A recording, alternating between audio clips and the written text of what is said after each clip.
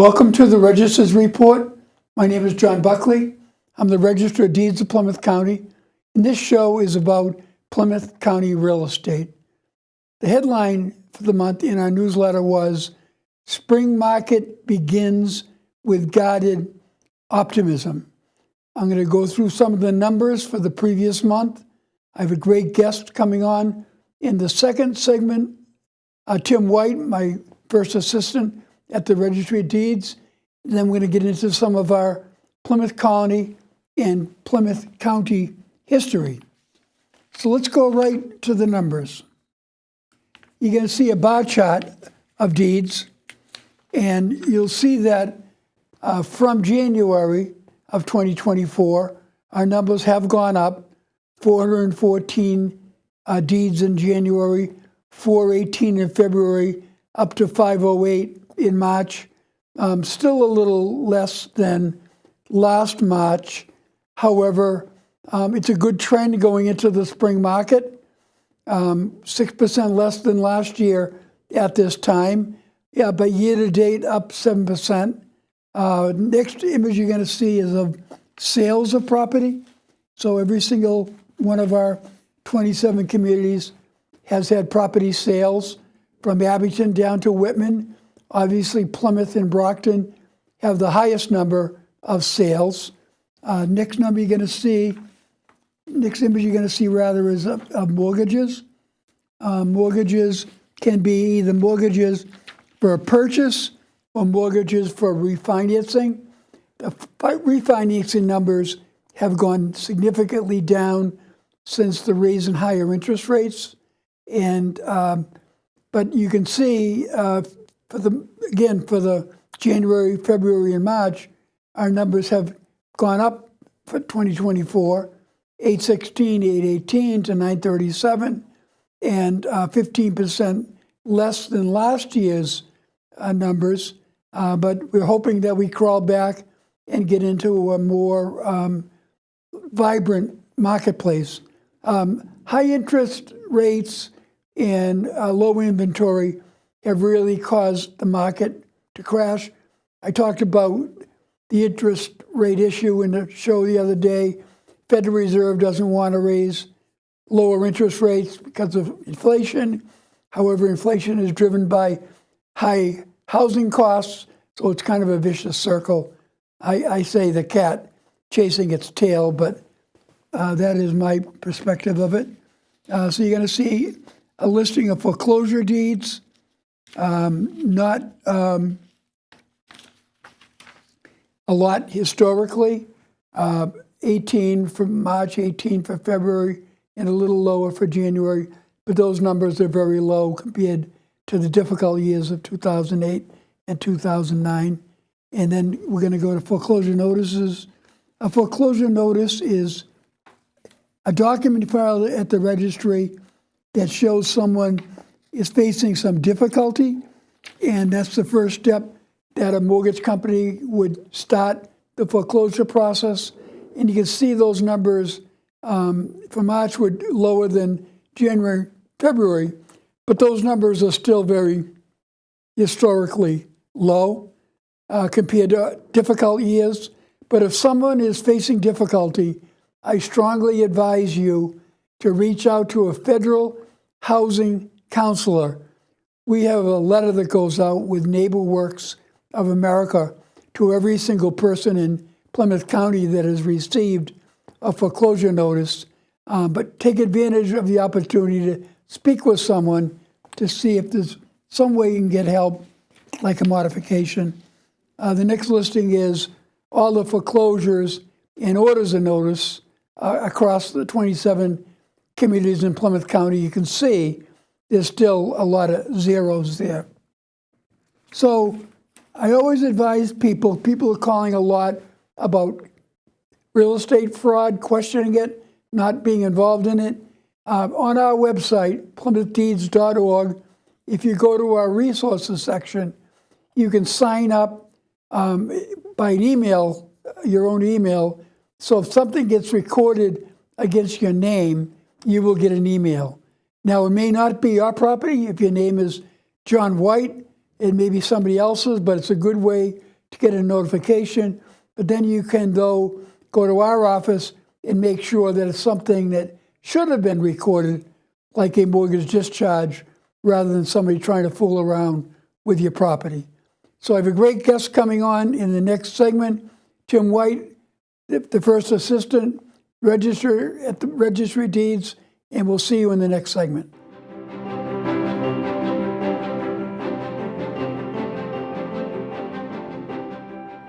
Welcome back to the Register's Report. My name is John Buckley. I'm the Register of Deeds of Plymouth County. In this segment of the show, we always do something educational in nature. We've had surveyors, appraisers, many realtors over time. And once in a while, I have one of the people that I work with at the Registry of Deeds with me today, who's been a guest before, is the first Assistant Register of Deeds, Tim White. Welcome back, Tim. Thank you. Happy to be here. So I figured it would be a good chance to catch up on some of our projects that were currently underway, so people understand that things just don't pop up magically, that it takes work behind the scenes to do the things that we're working on. Do you want to talk a little bit about our transcription project? Sure. So this is I think it's a terrific project that we started a couple of years ago, actually. So it has some history to it, where the records going back from the late 1600s up until the early 1900s were in cursive handwriting. They weren't typed. There was no typewriter hadn't been invented. So we have been working with one of our vendors to get the cursive writing transcribed into text. And they have successfully come up with a process that allows you to, when you put on the screen the cursive deed, mortgage, whatever it might be, to have it transcribed into a text by just hitting a button. And we've made significant progress on it. We're a couple hundred years into the project, actually. But it's something, like you said, it doesn't happen overnight. Because we're a public agency, we have to go through a bidding process. So we put the project out to bid, and the best price that comes in is the company that ends up doing the job. So we've been working with that vendor now for a couple of years, and we're I think right around the Civil War right about now already. So yeah. We've made some good progress. Moving along. Moving it along, yeah. Step by step. We have it's outsourced with our software company that does the recording, and they're doing a great job, and it's been commented on by many people, particularly historians and genealogists, that they can go into the records and instead of reading very difficult handwriting, they can actually look at the printed page. And it's not just the handwriting that can be difficult, although I got to give credit where credit is due. Their cursive handwriting is much better than mine. And it's a beautiful, almost artwork. It is. That's a good way to describe it. But it's not just the handwriting fact. It's also the language back then was different than we use now. True. That's true. And so that, too, was a challenge for our transcribers. And as good a job as they do, and like you said, they do a good job, we also have staff that will review that work and edit and are always making improvements to the transcription because they're humans and it's fun to see it come as far as it's come already. Yeah. So just for the public's knowledge, when deeds and mortgages and everything were first coming in to the Registry of Deeds back in 1685.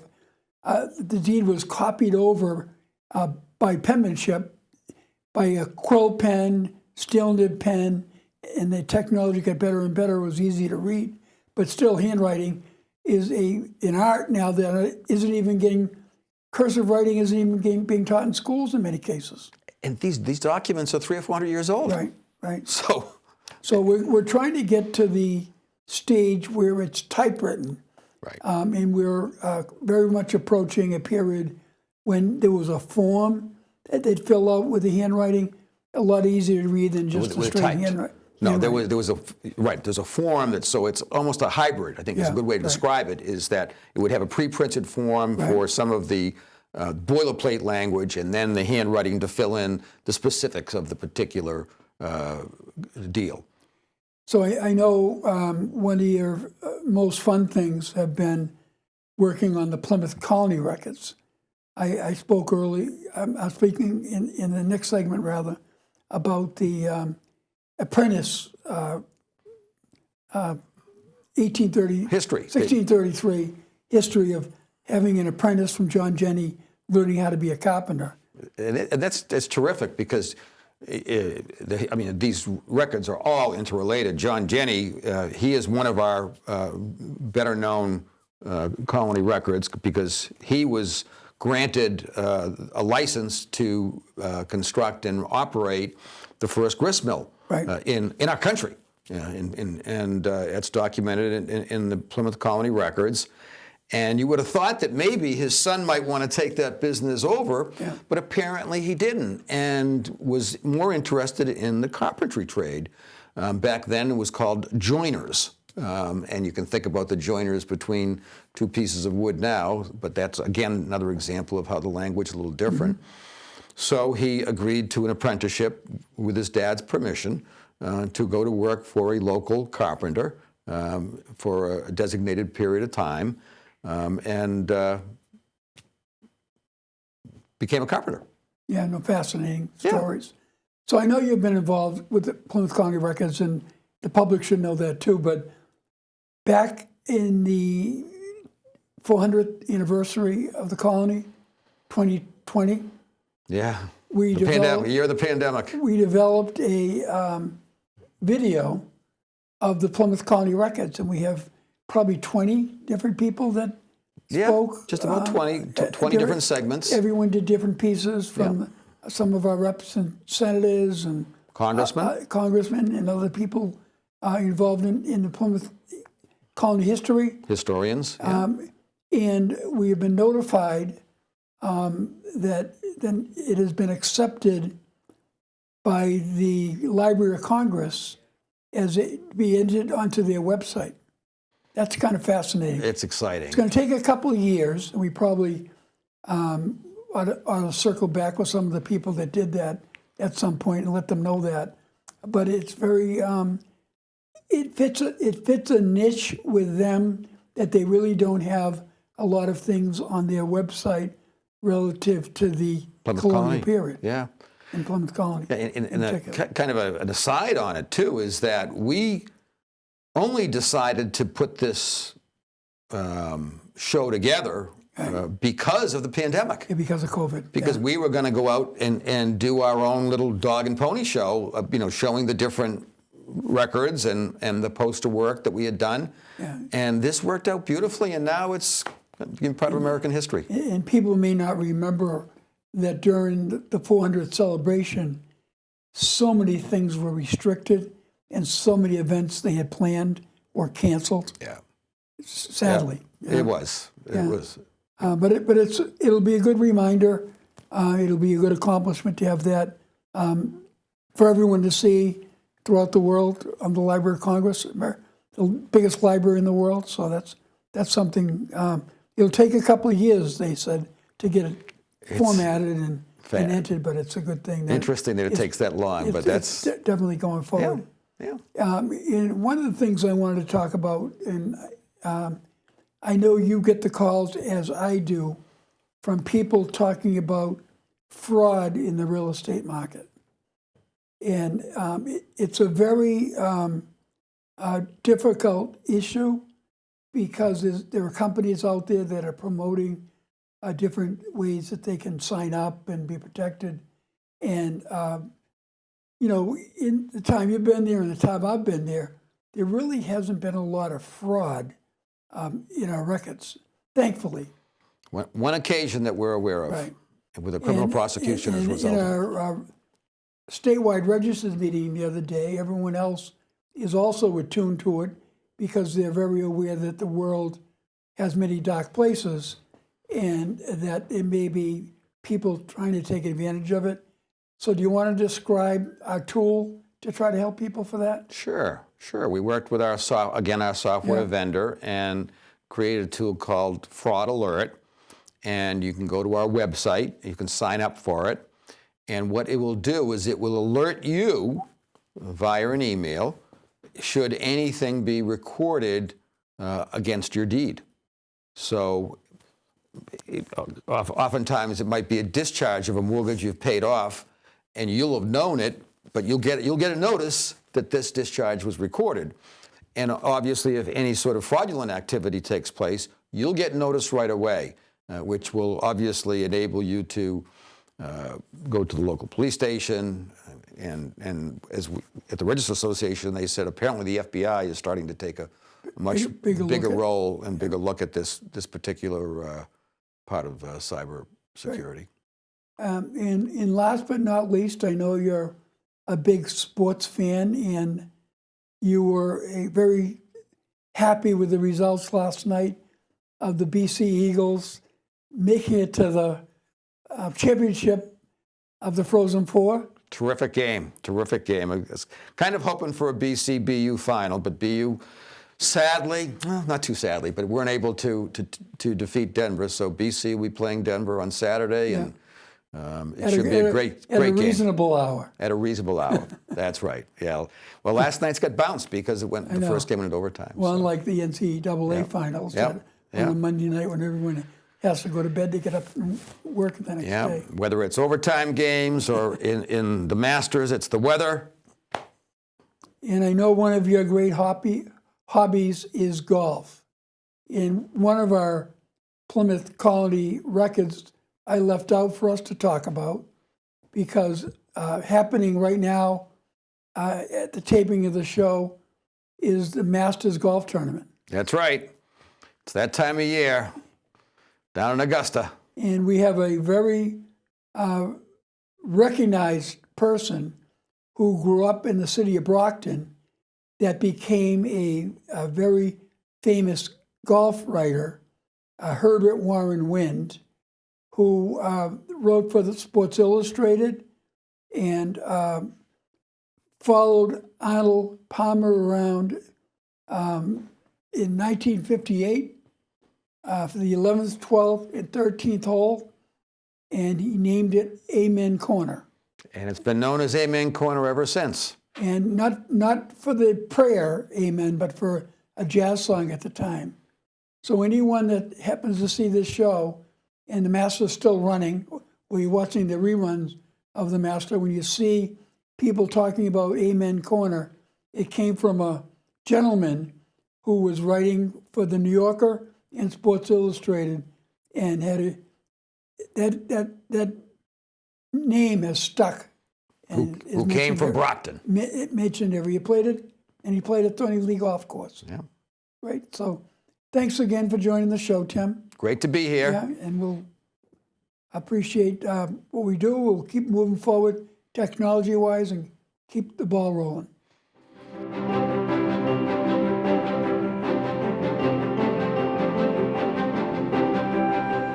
Welcome back to the Registered Report. Again, my name is John Buckley. I'm the Register of Deeds of Plymouth County. I want to thank Tim White for the great job he did talking about some of the projects at the Registry of Deeds. In this segment of the show, it's a little lighter in nature. We talk about a great county in colony history. The holidays for this month, April Fool's Day on the 1st, National Beer Day on the 7th, Patriots Day coming up on the 15th, which is also the Boston Marathon, and Jackie Robinson Day on the 15th, Earth Day on the 22nd, and other holidays as we go forward. But I want to bring up one of our notable county records, Deborah Sampson, who grew up in the town of Plimpton, oldest of 6 children. Her history goes back to William Bradford, but she was one of Plimpton's first, the family was one of Plimpton's first settlers. So in 1782, at the age of 21, Deborah enlisted in the Army, the 4th Massachusetts Regiment. But women were not allowed to fight, so she registered under the name of Robert Shirtliff. She fought in the Revolutionary War in battles in West Point, Tarrytown, New York, and was wounded 3 times. She was honorably discharged by General George Washington in 1783. She later married and moved to Sharon and gave birth to 3 children. She died at the age of 66 in 1827, but her likeness adorns the flag of the town of Plimpton. And if you're ever driving down Route 58 through the center of Plimpton, there is a monument in her honor on the Plimpton Town Green. And in 1983, she was designated the first state heroine. Next notable record coming up is Mickey Cochran. Mickey Cochran was the only person born in Plymouth County who was, by his great baseball playing, was entered into Cooperstown, the Baseball Hall of Fame. He was born in Bridgewater in 1903. He was an incredible athlete. He went to Boston University and he led it in 5 sports: baseball, football, basketball, hockey, and boxing. And he's known as the greatest catcher of his era. He played with the Philadelphia Athletics and the Detroit Tigers, won 5 pennants, 3 World Series, and 2 American League Most Valuable Player awards. Known as a fiery competitor himself, he was a close friend of the most fiery baseball player in the history of baseball, Ty Cobb. But his career ended suddenly when he was hit by a pitch and knocked unconscious, and he never batted again.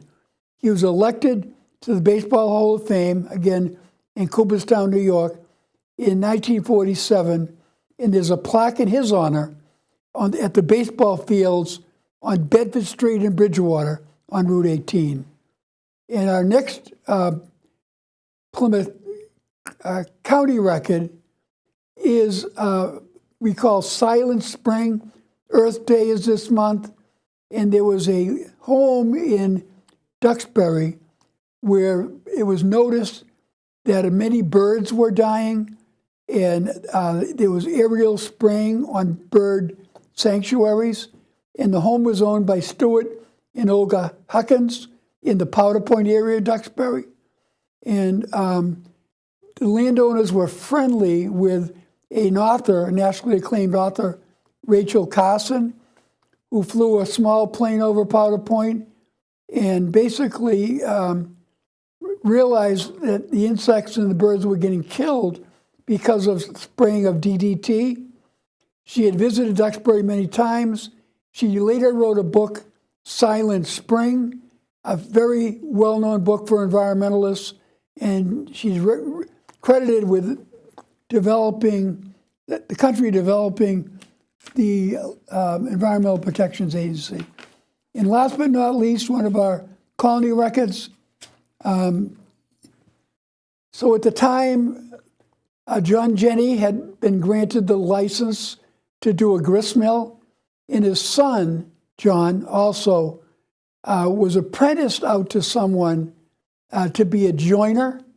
A lot of training back then were people that work with experienced people to learn their trade. Normally, apprentices work for a period of 4 years. The person they were working for provided their housing, their food, and clothing. And at the end of the 4 years, they were experienced enough to go off on their own. But it's a window back in time to see how people operated in way back in the Plymouth County records of 1633. So I want to thank the folks here at PAC TV for doing this show again with me, sharing with people for what most people is the most valuable asset, their home. I want to thank Tim White for the great job he did on the show, and I hope you watch these shows and see what we do at the Registry of Deeds, and I will see you in a month. Take care.